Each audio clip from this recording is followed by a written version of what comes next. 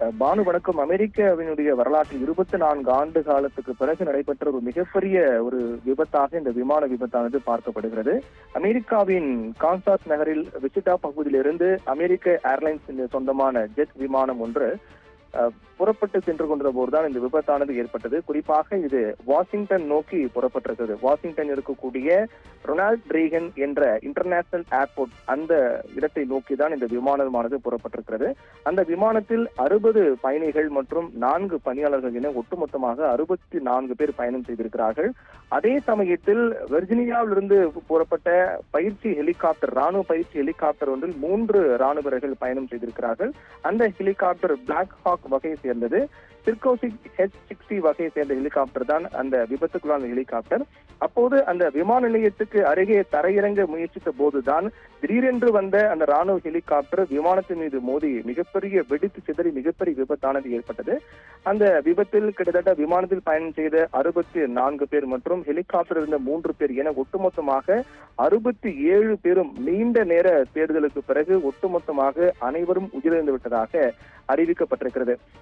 இந்த விபத்து நடைபெறுவதற்கு முன்பாக அந்த விமானமானது 400 மீட்டர் உயரத்தில் 140 மைல் வேகத்தில் பறந்து வந்தது. அப்போது அந்த விமான நிலையத்துக்கு அருகே இருக்கக்கூடிய அந்த ஆற்றின் மேற்பரப்பில் தான் அந்த விமானமானது பறந்து வந்தது. அந்த ஆறு போடோமேக் என்று சொல்லக்கூடிய அந்த ஆற்றின் மேற்பரப்பில் விமானம் பறந்து வந்த போதுதான் ஹெலிகாப்டர் மோதி விபத்துக்குள்ளானது. அப்போது அந்த விமானம் தரையிறக்க விமான கட்டுப்பாட்டு அதிகாரி அனுமதி கொடுத்தவுடன் விமானமானது தரையிறங்க முடிவு செய்து விமானத்துடைய வேகத்தை குறைக்க முற்பட்ட போது திடீரென்று வந்த அந்த ஹெலிகாப்டர் மோதி விபத்துக்குள்ளானதில் ஒட்டுமொத்தமாக இருள் படர்ந்த வான்பரப்பில் வெடித்து சிதறி அதனுடைய பாகங்கள் அனைத்தும் அந்த ஆற்றில் விழுந்து அதற்கு பிறகு தேடுதல் வேட்டை என்பது நடைபெற்றது. அப்போது நேரம் அந்த உள்ளூர் நேரப்படி 9 மணி, இரவு 9 மணி என்பதால் தேடுதல் பணி என்பது மிக சவாலாக இருந்தது.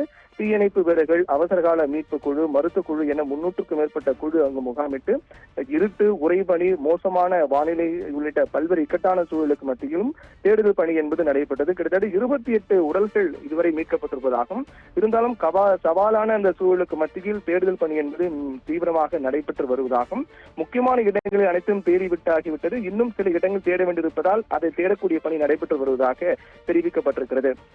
இந்நிலையில் தான் இந்த விபத்தினுடைய தற்போதைய நிலைமை இதுதான். இப்போது எழக்கூடிய கேள்வி என்னவென்றால், இந்த விபத்து நடைபெற்ற சமயத்தில் கடைசி நிமிடத்தில் நடந்தது என்ன என்ற கேள்விதான் எழுந்திருக்கிறது. குறிப்பாக இந்த விபத்து நடைபெறுவதற்கு முன்பாக விமான நிலையத்தை அடைய சிறிது நேரத்திற்கு முன்னர் குறுகிய ஓடுபாதையான 33 அதாவது ரொனால்ட் ரீகன் விமான நிலையத்தினுடைய 33வது ஓடுதல் பாதையில் விமானத்தை தரையிறக்க முடியுமா என விமான கட்டுப்பாட்டு அறை அதிகாரி விமானியிடம் கேட்டிருக்கின்றார்.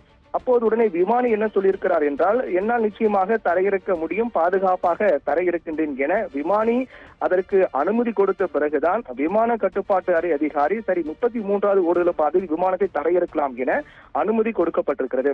அனுமதி கொடுக்கப்பட்ட உடனே விமானத்தினுடைய அந்த உயரமும் வேகமும் குறைக்க தொடக்கப்பட்டிருக்கிறது. அதற்கு பிறகு அந்த விமானத்தினுடைய வேகமும் உயரம் குறைக்கப்படும் போது திடீரென்று அந்த ராணுவ ஹெலிகாப்டர், பயிற்சியில் ஈடுபட்டிருந்த ராணுவ ஹெலிகாப்டர் என்பது அந்த விமானத்துக்கு அருகே வந்திருக்கின்றது. உடனடியாக அந்த விபத்து நடந்த 30 நொடிகளுக்கு முன்பு ரேடியோ மூலமாக ஹெலிகாப்டரை தொடர்பு கொண்ட விமான கட்டுப்பாட்டு அறை அதிகாரி, உங்கள் பார்வைக்கு அந்த CRJ பயணிகள் விமானம் தெரிகிறதா என்று கேட்டிருக்கிறார். உங்கள் பார்வைக்கு, அதாவது உங்கள் எதிரே அந்த விமானம் என்பது வந்து கொண்டிருக்கிறது, அது உங்கள் பார்வைக்கு தெரிகிறதா என்று கேட்டிருக்கிறார். ஆனால் ஹெலிகாப்டரிலிருந்து எந்தவித பதிலும் விமான கட்டுப்பாட்டு அறைக்கு தெரிவிக்கப்படவில்லை.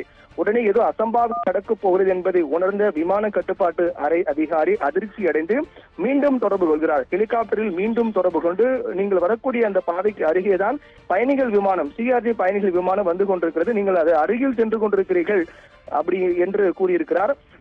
அதற்கு பிறகும் கூட எந்தவித பதிலும் வராத காரணத்தால் அடுத்த நொடியில் அந்த ஹெலிகாப்டர் இந்த விமானம் மீது மோதி வெடித்து சிதறி பயங்கர விபத்தானது ஏற்பட்டிருக்கிறது.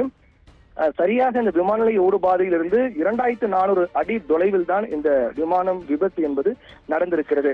அப்போது இந்த விமான விபத்துக்கு முன்பாக அந்த விமானத்தில் பயணம் செய்த ஒரு பெண் தன் கணவருக்கு SMS அனுப்பியிருக்கிறார். விமான நிலையத்தில் பயணிகள் காத்திருப்பு அறையில் காத்துக்கொண்டு தன்னுடைய கணவருக்கு விமானத்தில் பயணம் செய்த பெண் ஒருவர் SMS தகவல் அனுப்புகிறார். அதாவது இன்னும் 10 to 15 நிமிடங்களுக்குள்ளாக நாங்கள் தரையிறங்க போகின்றோம், விமான நிலையம் அருகில் வந்து விட்டோம், இன்னும் சிறிது நேரத்தில் நாங்கள் தரையிறங்க போகின்றோம் என்று SMS அனுப்பியிருக்கிறார். தகவல் குறுஞ்செய்தி மூலமாக தகவல் அனுப்பியிருக்கிறார்.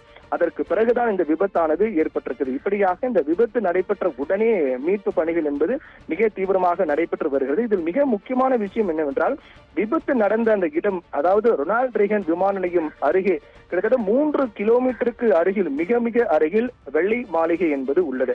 அமெரிக்காவில் அதிக உச்சபட்ச பாதுகாப்பு நிறைந்த பகுதியாக இருக்கக்கூடிய வெள்ளை மாளிகைக்கு அருகில் இந்த விபத்து நடைபெற்றது என்பதுதான் பல்வேறு கேள்விகள் எழுப்பியிருக்கிறது. குறிப்பாக இந்த பயிற்சி ஹெலிகாப்டர் எப்படி ஓடுதல் பாதையில் வந்தது, அதற்கு அனுமதி கொடுத்தது யார் என்ற கேள்வி எழுந்திருக்கிறது. இதை உறுதி செய்யாமல் விமானம் தரையிறங்க எப்படி அனுமதி வழங்கப்பட்டது என்ற கேள்வி எழுந்திருக்கிறது. இப்படியாக பல கேள்விகளை இந்த நிகழ்வு ஏற்படுத்தியிருக்கிறது. கடைசி நிமிடத்தில், பொதுவாக ஒரு விமானம் விபத்துக்குள்ளாவதற்கு முன்பாக கடைசி நிமிடத்தில் விமானி அங்க இருக்கக்கூடிய பயணிகளுக்கு ஏதேனும் அறிவுறுத்தல்கள் வழங்குவார். விமானம் ஏதோ அசம்பாவிதம் நிகழப்போவதாக இருக்கின்றது, பயணிகள் அனைவரும் கவனமாக இருக்க வேண்டும் என்று அறிவுறுத்தல் வழங்குவார். ஆனால் இந்த விமான விபத்தை பொறுத்தவரையில் அந்த விபத்தை நேரில் பார்த்தவர்கள் கூறுகிறார்கள், விமானம் சரியாக அதனுடைய ஓடுபாதையில் அதற்காக ஒதுக்கப்பட்ட அந்த பாதையில் வந்து கொண்டிருந்தது. திடீரென்று வந்த ஹெலிகாப்டர் அருகே சென்றவுடன் விமானம் என்ன செய்வது என்று தெரியாமல் வலதுபுறமாக திரும்பியிருந்தார்கள். அடுத்த நொடியில் இந்த விபத்தானது ஏற்பட்டிருக்கிறது. அப்படி இருக்கக்கூடிய நிலையில் விமானத்தில் பயணம் செய்த 60 பயணிகளுக்கும் அடுத்த நொடி என்ன நடக்கப் போகிறது என்பது யாருக்கும் தெரியவில்லை என்பதுதான் இதன் மூலமாக நமக்கு தெரிகிறது. பொதுவாக விபத்து நடக்கும் போது பயணிகளுக்கு அறிவுறுத்தல் வழங்கப்படும். ஆனால் இந்த விபத்து நடக்கப் போவது என்பது விமானிகளை யூகிக்க முடியாத நிலையில் தான் இருந்திருக்கிறார்கள். என்றால் அந்த பாதையை பொறுத்தவரையில் அதிக பாதுகாப்பு கொண்ட ஒரு பாதையாகவும் அந்த பகுதியாக இருக்கின்றது. பயிற்சி ஹெலிகாப்டர் எப்படி திடீரென்று அங்கு வந்தது என்பது விமானிகளுக்கு தெரியாத நிலையில் தான் இருந்திருக்கிறது. விமானம் பாதுகாப்பாக அவர்களுக்கு கொடுக்கப்பட்ட அனுமதியில் அந்த பாதையில், ஓடுதல் பாதையில் தரையிறக்க முடிவு செய்திருக்கிறார்கள். இருந்தாலும் இந்த விபத்து ஏற்பட்டது என்பது விமானிகளை யூகிக்க முடியாத நிலையில் ஒரு நொடியில் ஏற்பட்டிருக்கிறது. அதன் காரணமாக விமானத்தில் பயணம் செய்த பயணிகளுக்கு கூட அடுத்த நொடியில் விபத்து ஏற்பட போகிறது என்று யாருக்கும் தெரியாமல் இருந்திருக்கிறது. ஒரு நொடியில் ஏற்பட்ட அந்த விபத்து வெடித்து சிதறி ஒட்டுமொத்தமாக அனைத்து பாகங்களும் உடைந்து அந்த ஆற்றில் விழுந்திருக்கிறார்கள். 67 பேரும், விமானத்தில் பயணம் செய்த 64 பேரும், ஹெலிகாப்டரில் பயணம் செய்த 3 பேர் என 67 பேரும் உயிரிழந்திருப்பதாக அறிவிக்கப்பட்டிருக்கிறது. பானு.